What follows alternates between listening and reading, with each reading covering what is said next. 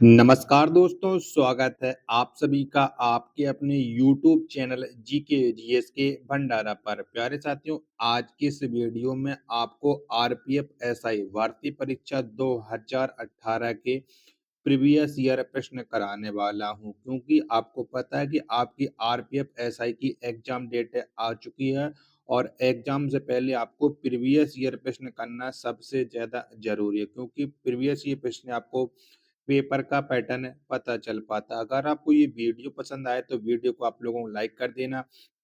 Channel को आपने अभी तक सब्सक्राइब नहीं कर रखा होगा तो चैनल को आप लोग जरूर सब्सक्राइब कर लीजिएगा। 2018 में आरपीएफ एसआई की परीक्षा 23 पालियों में हुई थी, तो यानी 23 सेट आपको कराने वाला हूँ। तो शुरू से लेकर के एंड तक है 23 वीडियो जरूर देखिएगा और आज की वीडियो को फुल देखिएगा और कमेंट में आपको अपना स्कोर है बताना है। तो बिना टाइम वेस्ट करे शुरू करते हैं आज का अपना ये सेट।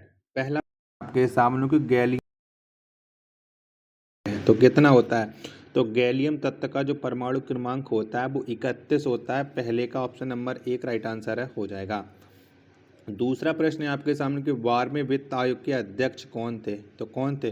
तो 12वें वित्त आयोग के जो अध्यक्ष थे वो थे श्री सी रंगराजन, यानी 2 का ऑप्शन संख्या 4 इसका राइट आंसर है, हो जाएगा। तीसरा प्रश्न है आपके सामने कि अनिश्चितता का सिद्धांत किसके द्वारा प्रतिपादित किया गया? तो कितने दिया था ये अनिश्चितता का सिद्धांत? 3 का आंसर आपको बताना है। तो ये दिया था वर्नर हाइजेनबर्ग ने। 3 का पहला ऑप्शन करेक्ट आंसर है, हो जाएगा। अगला प्रश्न संख्या 4 है आपके सामने कि निम्न में से कौन सा यूनेस्को के अंतर्गत शामिल विश्व विरासत स्थल नहीं है? तो बताओ इनमें से कौन सा नहीं है विश्व विरासत स्थल? 4 का राइट आंसर क्या हो जाएगा? तो ये चार मीनार नहीं है, जबकि एलिफेंटा की गुफाएं, रानी की बावली और हुमायूं का मकबरा ये सब यूनेस्को के विश्व विरासत स्थल की सूची में आते हैं। पांचवा प्रश्न है आपके सामने कि एडम गिलक्रिस्ट का उपनाम क्या है? तो क्या है? तो एडम गिलक्रिस्ट, इनका जो उपनाम है वो चर्ची है। 5 का तीसरा ऑप्शन है, राइट आंसर है, हो जाएगा। छठवां प्रश्न है आपके सामने कि भारतीय संविधान की 8वीं अनुसूची संबंधित है। तो बताओ 8वीं अनुसूची का संबंध किससे है, ये आपको बताना है। छठवां का राइट आंसर क्या हो जाएगा? तो आधिकारिक भारतीय भाषाओं से है 8वीं अनुसूची का संबंध। छठवां का दूसरा ऑप्शन एकदम करेक्ट आंसर है, हो जाएगा। सातवां प्रश्न है आपके सामने कि क्या कोई व्यक्ति दोनों सदनों का सदस्य बन सकता है? बताओ क्या बन सकता है? यानी राज्यसभा और लोकसभा दोनों का बन सकता है? तो बिल्कुल नहीं बन सकता है, किसी एक का बन सकता है। 7 का ऑप्शन संख्या 4 का राइट आंसर है, हो जाएगा। चलिएगा, अगला प्रश्न संख्या 8 है आपके सामने कि भारतीय सशस्त्र बलों का सर्वोच्च कमांडर होता है। तो कौन होता है? तो भारतीय सशस्त्र बलों का जो सर्वोच्च कमांडर होता है वो भारत के राष्ट्रपति होते हैं। 8 का पहला ऑप्शन है, करेक्ट आंसर है, हो जाएगा। नौवां प्रश्न है आपके सामने कि नील विद्रोह निम्न में से किस राज्य में हुआ? तो कौन से राज्य में ये नील विद्रोह हुआ था? तो ये पश्चिम बंगाल में हुआ था।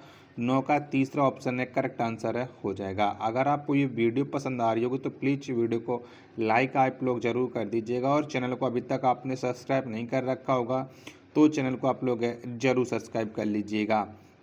10वां प्रश्न है आपके सामने कि सूर्य और मंगल ग्रह के बीच की दूरी कितनी है? तो कितनी है? तो ये है 227.9 मिलियन किलोमीटर। 10 का तीसरा ऑप्शन है, राइट आंसर है, हो जाएगा। 11वां प्रश्न आ जाता है कि भारत का राष्ट्रपति अपना इस्तीफा किसको संबोधित करते हुए देता है? यानी राष्ट्रपति अपने पद से अगर इस्तीफा देते हैं तो वो अपना त्यागपत्र किसे देंगे? 11 का आंसर आपको बताना, तो ये देंगे उपराष्ट्रपति को। 11 का चौथा ऑप्शन करेक्ट आंसर है, हो जाएगा। कमेंट बॉक्स में कमेंट करके बताना है कि वर्तमान में भारत के उपराष्ट्रपति कौन हैं। 12वां प्रश्न है आपके सामने कि इथोपिया की राजधानी है, तो बताओ कौन सी है? तो इथोपिया की जो राजधानी है वो अदीस अबाबा है। 12 का पहला ऑप्शन राइट आंसर है, हो जाएगा। 13वां प्रश्न कि टेम्स नदी किस देश में बहती है? तो कौन से देश में बहती है? तो टेम्स नदी ये जो बहती है वो इंग्लैंड में बहती है। 13 का ऑप्शन संख्या 4 इसका राइट आंसर है, हो जाएगा। 14वां प्रश्न है आपके सामने कि निम्न में से कौन सा खिलाड़ी टेबल टेनिस से संबंधित है? तो बताओ इनमें से किस खिलाड़ी का संबंध है वो टेबल टेनिस से नहीं है? 14 का राइट आंसर क्या हो जाएगा? तो मैग्नस कार्लसन, इनका संबंध है वो टेबल टेनिस से नहीं है। 14 का पहला ऑप्शन राइट आंसर है, हो जाएगा। 15वां प्रश्न है आपके सामने की पुस्तक a century is not enough किसने लिखी है? तो बताओ इस पुस्तक के लेखक कौन हो जाएंगे? तो इस पुस्तक के जो लेखक हैं वो सौरभ गांगुली हैं। 15 का चौथा ऑप्शन राइट आंसर है हो जाएगा। चलिएगा नेक्स्ट प्रश्न आ जाता है आपके सामने प्रश्न संख्या 16 के पश्य पीयूष ग्रंथि है। तो बताओ क्या बताना है? तो ये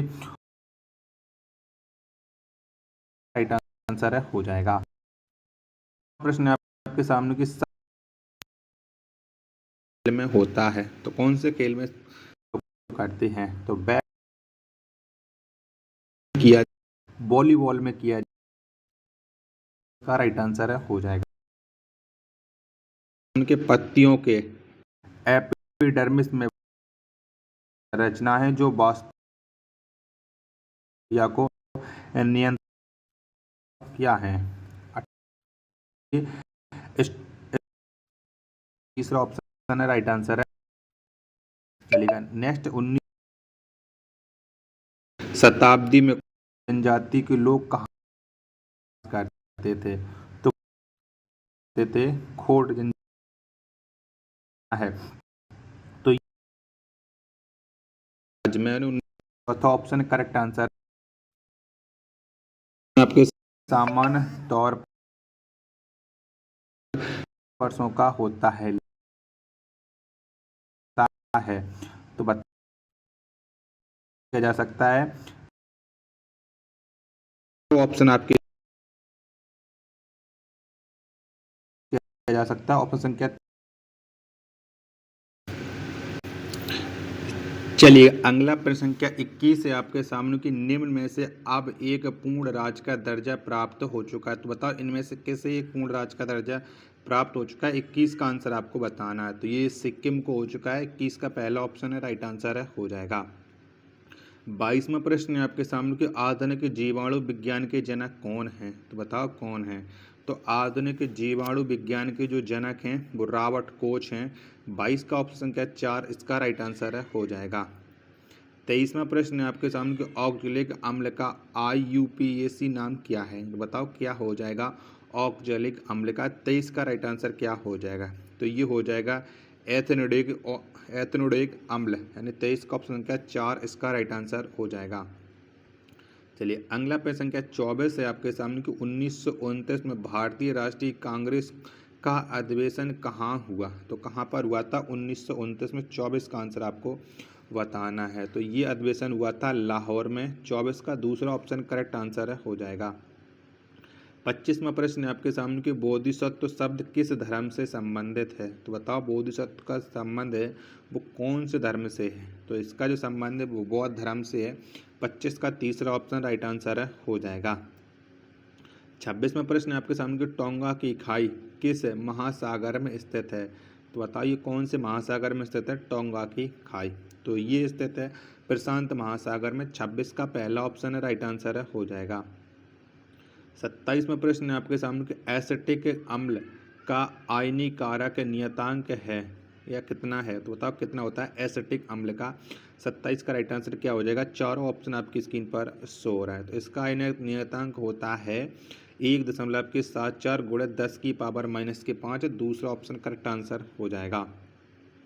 28वां प्रश्न है आपके सामने की ककरापार नाप की ऊर्जा संयंत्र किस राज्य में स्थित है? बताओ काकरापारा वो कहाँ पर है? तो ये स्थित है गुजरात राज्य में। 28 का दूसरा ऑप्शन है करेक्ट आंसर हो जाएगा।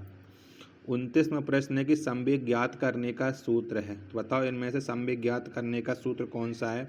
तो ये होता है द्रव्यमान गुणित के वेग। 29 का चौथा ऑप्शन है करेक्ट आंसर हो जाएगा।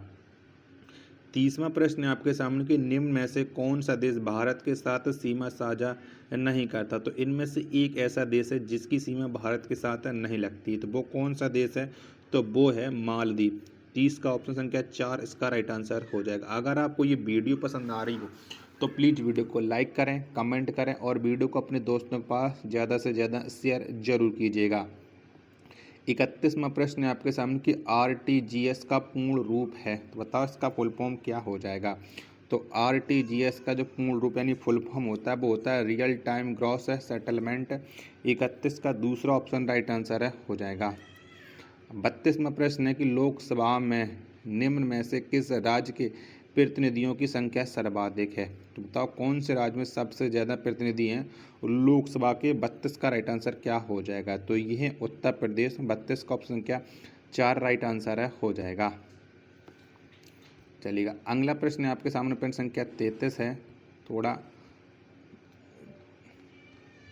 चलिएगा 33वां प्रश्न है आपके सामने की पुस्तक the organology of ancient Indian cities किसने लिखी है? तो बताओ इस पुस्तक के लेखक कौन है? 33 का आंसर आपको बताना है। तो इस पुस्तक के जो लेखक हैं वो हैं दिलीप कुमार चक्रवर्ती। 33 का दूसरा ऑप्शन राइट आंसर है हो जाएगा। 34वां प्रश्न है आपके सामने कि खजुराहो में पाया गया प्रसिद्ध लक्ष्मण मंदिर किसके द्वारा बनवाया, यानी कौन से शासकों ने ये खजुराहो में लक्ष्मण मंदिर को बनवाया था? 33 का आंसर आपको बताना है। तो ये चंदेल राजाओं द्वारा या चंदेल शासकों द्वारा बनवाया गया था। 34 का पहला ऑप्शन है करेक्ट आंसर है हो जाएगा। वीडियो पसंद आ रही तो वीडियो को अपने लोगों के पास शेयर जरूर कर दीजिएगा। 35वां प्रश्न है आपके सामने, खेड़ा सत्याग्रह कहाँ हुआ था? तो कहाँ पर हुआ था? तो ये गुजरात में हुआ था खेड़ा सत्याग्रह। 35 का ऑप्शन क्या 3 इसका राइट आंसर हो जाएगा। 36वां प्रश्न आ जाता है कि असम की राजधानी है तो कहाँ पर है? तो असम की जो राजधानी है वो दिसपुर है। 36 का ऑप्शन क्या 4 करेक्ट आंसर हो जाएगा। 37वां प्रश्न है आपके सामने कि युवा ओलंपिक खेल 2018 का आयोजन किस शहर में हुआ? तो कौन से शहर में हुआ था? तो ये ब्यूनस आयर्स में हुआ था। 37 का दूसरा ऑप्शन करेक्ट आंसर है हो जाएगा। 38वां प्रश्न है कि भारतीय वन्यजीव संरक्षण अधिनियम कब लागू हुआ? तो कब लागू हुआ था? तो भारतीय वन्यजीव संरक्षण अधिनियम है ये जो लागू हुआ था वो 1972 में लागू हुआ था। 38 का तीसरा ऑप्शन है करेक्ट आंसर है हो जाएगा। 39वां प्रश्न है कि निम्न में से कौन सी एक दुर्लभ मुद्रा नहीं है? तो बताओ इनमें से कौन सी नहीं है? चारों ऑप्शन आपकी स्क्रीन पर शो हो रहा है। तो कुवैती दीनार ये बिल्कुल एक दुर्लभ मुद्रा नहीं है। ऑप्शन संख्या 1 करेक्ट आंसर है हो जाएगा 39 का। 40वां प्रश्न है आपके सामने, कैलोटाइप सोसाइटी की स्थापना कब की गई? तो कब हुई थी ये बताना है आपको। 40 का राइट आंसर क्या हो जाएगा? तो ये स्थापना हुई थी 1847 AD में, यानी 40 का ऑप्शन क्या 2 करेक्ट आंसर है हो जाएगा। 41वां प्रश्न है कि भारतीय संसद का कौन सा सदन अधिक शक्तिशाली है? तो कौन सा सदन है? देख लीजिएगा चारों ऑप्शन आपकी स्क्रीन पर शो हो रहे हैं। तो सबसे अधिक जो शक्तिशाली है वो है आपका लोकसभा। 41 का ऑप्शन क्या 4 राइट आंसर हो जाएगा। चलिएगा अगला प्रश्न संख्या 42 है आपके सामने कि भारतीय निर्यात ऋण गारंटी निगम का मुख्यालय कहाँ है? तो कहाँ पर है? 42 का आंसर आपको बताना है। तो ये मुंबई में है। 42 का पहला ऑप्शन करेक्ट आंसर है हो जाएगा। 43वां प्रश्न कि भारत के सर्वोच्च न्यायालय की स्थापना किस वर्ष में हुई थी? तो कब हुई थी? तो भारत के सर्वोच्च न्यायालय की जो स्थापना हुई थी वो 1950 में हुई थी। 43 का तीसरा ऑप्शन है करेक्ट आंसर है हो जाएगा। 44वां प्रश्न है कि नदियों द्वारा निर्मित द्रोणियाँ क्या कहलाती हैं? तो बताओ क्या कहलाती हैं? तो नदियों के द्वारा जो द्रोणियों का निर्माण होता है ये बेसिन कहलाती हैं। 44 का दूसरा ऑप्शन करेक्ट आंसर हो जाएगा। 45वां प्रश्न है कि भूतल और समुद्र के बीच की सीमा रेखा कहलाती है। तो क्या कहलाती है? तो ये समुद्र तट कहलाती है। 45 का पहला ऑप्शन करेक्ट आंसर है हो जाएगा। 46वां प्रश्न है आपके सामने कि ड्यूस शब्द का प्रयोग किस खेल में होता है? बताओ ड्यूस का प्रयोग किस खेल में होता है? 46 का आंसर आपको बताना है। तो ये प्रयोग होते हैं टेनिस में। ऑप्शन संख्या 4 इसका राइट आंसर है हो जाएगा। 47वां प्रश्न है कि जवाहरलाल नेहरू की मृत्यु के तुरंत बाद भारत का कार्यकारी प्रधानमंत्री किसे बनाया गया? तो किसे बनाया गया था ये आपको बताना। 4 ऑप्शन आपकी स्क्रीन पर शो हो रहे हैं। तो ये गुलजारी लाल नंदा को बनाया गया था। दूसरा ऑप्शन करेक्ट आंसर है हो जाएगा। 48वां प्रश्न है आपके सामने कि योग सूत्र किसके द्वारा लिखा गया? बताओ योग सूत्र को किसने लिखा है? 48 का आंसर आपको बताना है। तो ये पतंजलि ने लिखा है। 48 का पहला ऑप्शन राइट आंसर है हो जाएगा। 49वां प्रश्न है आपके सामने, कोलंबिया की मुद्रा का नाम क्या है? तो बताओ कौन सी है कोलंबिया की मुद्रा? तो ये कोलंबियन पेसो है। 49 का दूसरा ऑप्शन करेक्ट आंसर हो जाएगा। 50वां और अंतिम प्रश्न की एसआई पद्धति में गुणज 10 की पावर -18 का उपसर्ग है, तो बताओ ये इसे किस नाम से जाना जाता है, ये आपको बताना। तो इसे अट्टो के नाम से जाना जाता है। 50 का पहला ऑप्शन करेक्ट आंसर है हो जाएगा। आशा करता हूँ कि आपको ये आरपीएफ एसआई का सेट नंबर 1 है पसंद आया होगा, तो वीडियो को लाइक कीजिएगा। चैनल को अभी तक सब्सक्राइब नहीं कर रखा होगा तो चैनल को आप लोग जरूर सब्सक्राइब कर लीजिएगा। मिलते हैं अपने एक और नेक्स्ट वीडियो के साथ, तब तक के लिए धन्यवाद। जय हिंद, वंदे मातरम।